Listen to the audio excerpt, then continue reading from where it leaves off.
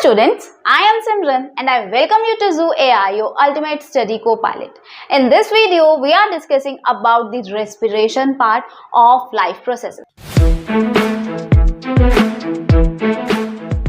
We have already started the chapter life processes और आज हम respiration के बारे में पढ़ने वाले हैं। हमने लास्ट वीडियो के अंदर न्यूट्रिशन इन ह्यूमन बींग्स करा था और उसके अंदर हमने उसके स्टेप बाय स्टेप हमने प्रोसीजर स्टडी किया था। अब हम आज स्टडी करने वाले रेस्पिरेशन के प्रोसेस के बारे में।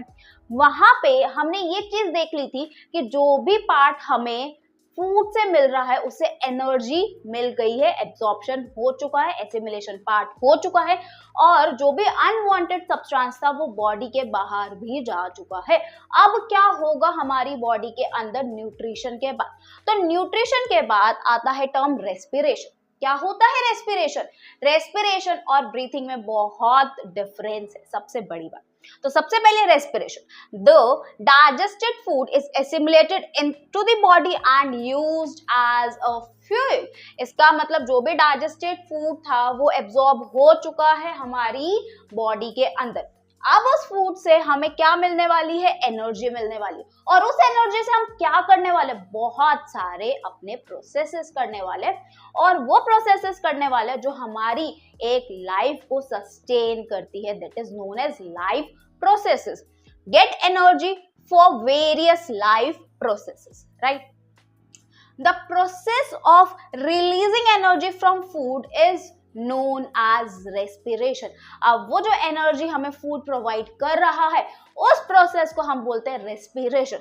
तो ये बहुत बड़ी बात है। पहले हम किसी एक कॉम्प्लेक्स ऑर्गेनिक मटेरियल को ले रहे हैं, उसके बाद हमारी बॉडी इतना काम कर रही है उससे एनर्जी लेने का, तो उस पूरे प्रोसेस को हम क्या बोल रहे हैं? रेस्पिरेशन बोल रहे हैं।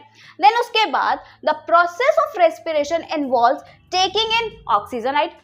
We are taking or inhaling oxygen into the cells and using it for releasing energy by burning food. Then उसको हम कैसे यूज कर रहे हैं?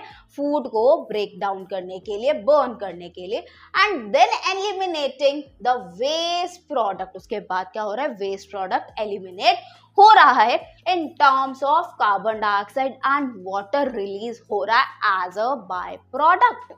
देन हम उसके बाद the process of respiration can be written in the word equation.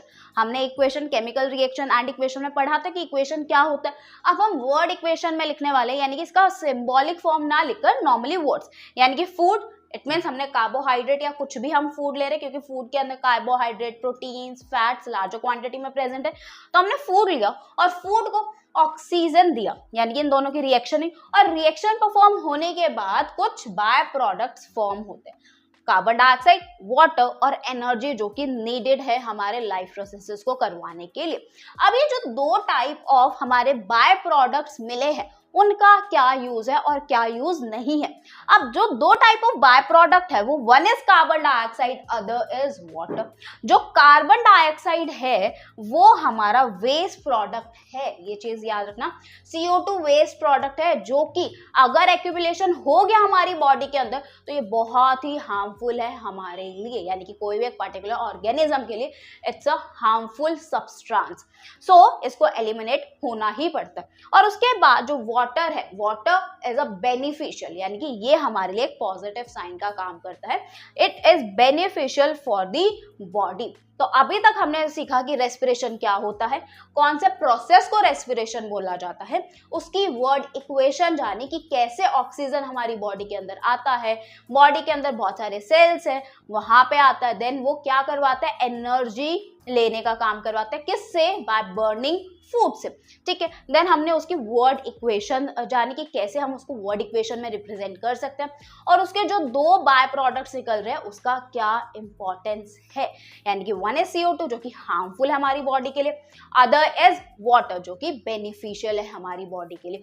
और जो एनर्जी निकल रही है वो तो बहुत ही ज्यादा यूजफुल है क्योंकि उसी से हर एक लाइफ प्रोसेस मेंटेन हो रहा है। आई होप अभी तक कोई डाउट नहीं होगा। अब हम स्टेप्स ऑफ रेस्पिरेशन की बात करने वाले हैं कि स्टेप 1 होता है ग्लाइकोलिसिस। मतलब कि हमने ग्लूकोज फॉर्मेशन कर लिया था, right, complete breakdown of carbohydrate कर लिया था, देन उसके बाद ग्लूकोज की फॉर्मेशन हुई थी। अब इस ग्लूकोज को हमने पायरुवेट में चेंज करा है। तो अगर कोई भी यानी कि अगर ब्रेकडाउन होता है ग्लूकोज का इनटू पायरुवेट, उसको हम ग्लाइकोलिसिस बोलते हैं। एज वी नो जो ग्लूकोज का फॉर्मूला होता है वो होता है C6H12O6। इसका मतलब ये 6 कार्बन मॉलिक्यूल है और जो पायरुवेट होता है वो 3 कार्बन मॉलिक्यूल है। अगर हम बैलेंसिंग पे जाए तो अगर मैं इसका एक मॉलिक्यूल ले रही हूं तो इसका पायरुवेट के मेरे को 2 मॉलिक्यूल लेने होंगे, राइट, तभी ये बैलेंस होगी। तो जब भी ग्लूकोज 6 कार्बन मॉलिक्यूल्स क्या होता है पायरुवेट में चेंज होता है 3 कार्बन मॉलिक्यूल्स, तो उसको 2 पायरुवेट फॉर्मेशन होता है। और ये प्रोसेस हो कहाँ रहा है, ये प्रोसेस हो रहा है साइटोप्लाज्म में। और इस प्रोसेस को क्या बोला जाता है, इस प्रोसेस को ग्लाइकोलिसिस बोला जाता है। अब हमारे पास 2 टाइप ऑफ रेस्पिरेशन है, one is aerobic respiration, other is anaerobic respiration.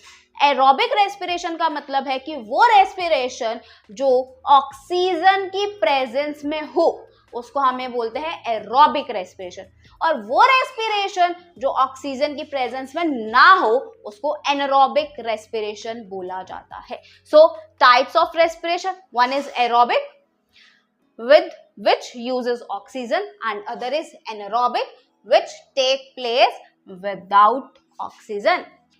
सी, अब हमने ग्लूकोज का फॉर्मेशन तो कर चुके हैं, अब उस ग्लूकोज से हमें एनर्जी मिलने वाली है। सो किस किस वे से हमारा ग्लूकोज ब्रेक डाउन होगा जिससे हमें एनर्जी मिलेगी, तो हम उसी साइकिल के बारे में अब हम जानने वाले हैं। So break down of glucose by various pathways, और ये पाथवेज हमने क्या पढ़ा था, in the presence of oxygen that is known as aerobic respiration and in the absence of oxygen that is known as anaerobic respiration, right. अब सबसे पहले हमने स्टेप 1 में सीखा कि ब्रेकडाउन ऑफ ग्लूकोज होता है to form pyruvate. Glucose is 6 carbon molecule and pyruvate is 3 carbon molecule, and इस प्रोसेस को हमें क्या बोलते हैं, ग्लाइकोलिसिस बोला जाता है। और ये कहां पर होता है, ये साइटोप्लाज्म में होता है। तो सबसे पहले यही है कि ग्लाइकोज पायरुवेट में चेंज होगा, कहां पर, साइटोप्लाज्म में, और जो 6 कार्बन मॉलिक्यूल है वो 3 कार्बन मॉलिक्यूल फॉर्म करेगा। और जैसे जैसे ग्लूकोज ब्रेकडाउन होगा हर एक स्टेप में एनर्जी रिलीज होगी। तो सबसे पहले ग्लूकोज हमारा एनर्जी देता है पायरुवेट में फॉर्मेशन करके। अब इसके पास 3 पाथवेज है, क्या तो ये बहुत ही ज्यादा इन प्रेजेंस ऑफ ऑक्सीजन चले जाए, या completely in absence of oxygen चले जाए, और क्या पार्शियली या लैक ऑफ ऑक्सीजन के पाथवे पे मूव करे। और तीनों ही प्रोसेस के बारे में अब हम इसमें जानने वाले। सबसे पहले एब्सेंस ऑफ ऑक्सीजन, अगर ऑक्सीजन बिल्कुल नहीं है तो ये प्रोसेस होता है ईस्ट में, राइट। और फॉर्मेशन क्या होता है, इथेनॉल जो कि 2 कार्बन मॉलिक्यूल है, इसका फॉर्मूला इज CH3CH2OH। क्या आप देख पा रहे हो, इसके पास 2 कार्बन है, right, that's why ethanol is 2 carbon molecule. और उसके साथ कार्बन डाइऑक्साइड रिलीज होगी, और साथ ही साथ एनर्जी तो हर एक प्रोसेस में इवॉल्व होनी ही होनी है। अब देखो पायरुवेट यहाँ पे 3 था ना, दैट्स व्हाई 2 + 1 3 हो गया pyruvate, done. Second is in the lack of oxygen, जो कि हमारे मसल सेल्स में होती है। कई बार ऐसा होता है ना, बहुत ज्यादा फिजिकल एक्सरसाइज कर रहे हैं और उसके बाद हमारे हाथ पैर दुखने लग जाते हैं, तो क्या हो जाता है कि लैक ऑफ ऑक्सीजन सप्लाई हो जाते हैं, जिस वजह से लैक्टिक एसिड का फॉर्मेशन हो जाता है। और कभी बहुत ज्यादा ही यानी कि स्वेलिंग वगैरह हो गई हो और हम डॉक्टर के पास गए हो और डॉक्टर ने सबसे पहले क्या बोल दिया कि आपको दही यानी कि कर्ड का इंटेक नहीं करना है। क्यों, रीजन भी तो होना चाहिए ना, ये ऐसे ही बोल दिया उन्होंने कि मत खाओ दही, क्योंकि दही के अंदर लैक्टिक एसिड होता है और बॉडी के अंदर ऑलरेडी लैक्टिक एसिड बन रहा है, जिसकी वजह से हाथ पैर में स्वेलिंग आ गई है। तो दैट्स व्हाई बोला जाता है उस टाइम पर ऐसी कोई चीज मत खाओ जिसके अंदर लैक्टिक एसिड प्रेजेंट हो। राइट तो फिर क्या होगा, लैक ऑफ ऑक्सीजन, जबकि हमें ऑक्सीजन चाहिए, तो लैक ऑफ ऑक्सीजन से लैक्टिक एसिड फॉर्मेशन हो जाता है जो कि 3 कार्बन मॉलिक्यूल है, और साथ के साथ एनर्जी तो रिलीज हो ही रही है क्योंकि एट लास्ट ग्लूकोज का ही ब्रेक डाउन हो रहा है, ग्लूकोज से पायरुवेट, पायरुवेट से लैक्टिक एसिड, कब, in the lack of oxygen, और कहां हो रहा है ये process, in our muscle cells. Third last, ठीक है, अब होता है कि in the complete presence of oxygen, complete presence of oxygen कहां पे हो रहा है, इन माइटोकॉन्ड्रिया, जिसको हम पावर हाउस ऑफ सेल्स भी बोलते हैं, राइट। कुछ कुछ याद आ रहा है ना बचपन में, बचपन की कहानी इतनी पुरानी नहीं है, सिर्फ 1-2 साल ही पुरानी। आप ये चीज 9th में भी पढ़ के आए हो और 8th में भी पढ़ कर आए हो कि which organelle is known as power house of cell, that is are mitochondria. अब उसमें CO2 रिलीज होता है, वो भी कितने, मैंने यहाँ पे 3 कार्बन मॉलिक्यूल नहीं लिखा है, तो एक ही कार्बन मॉलिक्यूल, बट इसके कितने मॉलिक्यूल चाहिए, कितने आदमी चाहिए, दैट इज 3 मॉलिक्यूल्स हमें चाहिए। तो 3 मॉलिक्यूल्स, उसके साथ साथ H2O भी रिलीज होता है जो कि बेनिफिशियल होता है हमारे लिए, हमारी बॉडी के लिए, बट CO2 हार्मफुल होता है, राइट। ये रिएक्शन अभी ही पड़ी थी, और उसके साथ साथ हमारी एनर्जी रिलीज होती है, और ये हमने पढ़ा breakdown of glucose by various pathways, right. इतनी चीज क्लियर। एक बार फिर से, ग्लूकोज से पायरुवेट बना, अब पायरुवेट के पास 3 स्टेप्स हैं, कौन कौन सा, in the absence of oxygen, lack of oxygen and the presence of oxygen. Lack of oxygen है यानी कि हमारा, लैक ऑफ ऑक्सीजन की बात करूं, लैक ऑफ ऑक्सीजन है तो हमारा लैक्टिक एसिड फॉर्मेशन होगा, और एनर्जी तो तीनों ही स्टेप्स में बननी है। अगर इन प्रेजेंस ऑफ ऑक्सीजन है, माइटोकॉन्ड्रिया में होता है प्रोसेस, और CO2 water plus energy release out होती है, और अगर इन एब्सेंस ऑफ ऑक्सीजन है तो ethanol plus CO2 plus energy release होती है। अब यहाँ पे जो एनर्जी है ना वो भी डिफरेंशिएट होती है, राइट। सो अगर वो प्रोसेस एरोबिक रेस्पिरेशन है तो जो अमाउंट ऑफ एनर्जी रिलीज हो रही है वो बहुत ज्यादा होगी as compared to anaerobic respiration. I hope ये वाला पार्ट आपको बिल्कुल क्लियर हो। अब जो ये एनर्जी बन रही है ना, उस एनर्जी का हो क्या रहा है, अब हम उस एनर्जी का कॉन्सेप्ट पढ़ने वाले हैं। मैं कुछ हिंट दे रही, कुछ ATP, कुछ ऐसे से सिंक है। अभी हम पढ़ते हैं उसके बारे में। अब जो हमने ये एनर्जी का रिलीज करवाया वो एट लास्ट कहाँ पर जा रही है, the release of energy during cellular respiration is immediately used to synthesize a molecule, और उस मॉलिक्यूल का नाम होता है ATP। अभी हम पढ़ेंगे ATP को क्या बोलते हैं। देन उसके बाद ये एक्ट एज अ फ्यूल करता है कि जब भी किसी भी प्रोसेस को एनर्जी की रिक्वायरमेंट होती है, तो जैसे ही जब हमें फ्यूल या हमारी व्हीकल्स को फ्यूल की रिक्वायरमेंट होती है, हम पेट्रोल स्टेशन जाते हैं, राइट, पेट्रोल पंप जाते हैं। देन सेम उसी प्रोसेस से अगर किसी भी एनर्जी को, किसी भी सेल को या किसी भी एक्टिविटी को एनर्जी की रिक्वायरमेंट होती है तो हम ATP मॉलिक्यूल को बुलाते हैं कि आओ भैया फ्यूल दो, fuel with respect to energy. So it is used to synthesize a molecule ATP जो कि एज अ फ्यूल करता है जितनी भी एक्टिविटीज सेल में परफॉर्म हो रही हैं। देन ATP को एनर्जी करेंसी भी बोल सकते हैं, राइट, क्योंकि ये एनर्जी दे रहा है। अब हम रिएक्शन पढ़ते हैं कि ATP कैसे सिंथेसाइज हो रहा है। सबसे पहले ADP is known as adenosine diphosphate, D for di, P for phosphate. अब यहाँ पर ATP is known as adenosine triphosphate, यानी कि यहाँ पे 2 फॉस्फेट, यहाँ पे 3 फॉस्फेट चाहिए, राइट। तो उसके लिए मेरे को 1 फॉस्फेट की रिक्वायरमेंट है जिसको बोलते हैं inorganic phosphate. So this is the conversion equation, ADP plus inorganic phosphate gives ATP, right. अब ये जो ATP है वो यूज कहाँ पर हो रही है, अगर कोई भी कॉन्ट्रैक्शन करवाना हो मसल्स का, प्रोटीन की सिंथेसिस करवानी हो, या कंडक्शन ऑफ नर्वस इम्पल्सेस करवानी हो, कोई भी एक्टिविटी हमें करवानी हो जिसके लिए हमें एनर्जी की रिक्वायरमेंट है, वहां पर ये as a energy currency role करेगा। अब as we know this is an era of AI और हमें नोट्स बनाने में बहुत ही ज़्यादा टाइम लगता है, देन उस नोट्स को रिवाइज करने में अलग टाइम, और उस नोट्स के रिवीजन के बाद हमें क्वेश्चन प्रैक्टिस करने में और भी टाइम लगता है।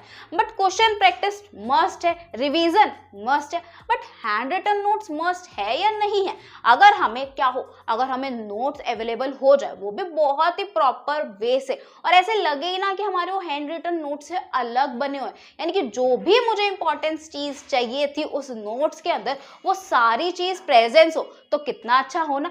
सो इसी के बारे में मैं आपसे बात करने वाली हूँ और एक बहुत अच्छी ऐप आपको सजेस्ट करने वाली हूँ, that is Zoo AI app. ये प्ले स्टोर पे अवेलेबल है। So let's take a look ये ऐप कैसे फंक्शन परफॉर्म करती है। लाइक आर रेस्पिरेशन, जैसे हमें ऑक्सीजन की रिक्वायरमेंट होती है, विदाउट ऑक्सीजन हम सर्वाइव नहीं कर सकते, वैसे ही Zoo AI ऐप आपका ऑक्सीजन बनने वाला है। किसका? स्टडी लेवल पे। It means it is equals to our study companion. So let's have a look कि हम इसको कैसे परफॉर्म करने वाले हैं। सबसे पहले हम Zoo AI ऐप को ओपन करेंगे और उसके बाद आज मैंने ऑलरेडी इसमें क्लास 10th रोल करा हुआ है।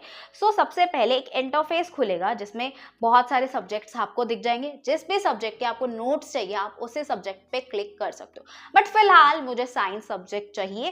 साइंस सब्जेक्ट पे क्लिक करते ही मेरे पास एक और इंटरफेस खुलेगा जिसमें मेरे पास बहुत सारी चीज़ें प्रेजेंट होगी, clear notes, flash cards and बहुत सारी चीजें। तो मैं क्लियर डाउट्स पे क्लिक करती हूँ। अब आप सोचो क्लियर डाउट्स पे क्यों किया? इसी पे क्लिक करके आपको क्या मिलेगा, मेरे को चाहिए किस पे चाहिए, लाइफ प्रोसेसेस पे। तो लाइफ प्रोसेसेस पे कंटिन्यू किया और उसके बाद मैं इस पे टाइप करने वाली हूँ respiration notes.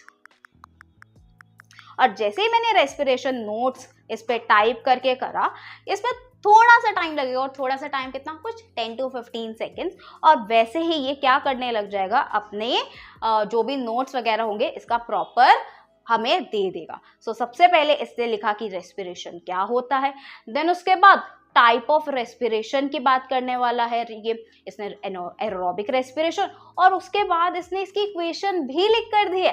Then anaerobic respiration की बात करी और इसमें इसने बताया कि ये क्या क्या चीज़ें कैसे परफॉर्म होती है, और इसके फुल इसने केमिकल इक्वेशन भी दी है।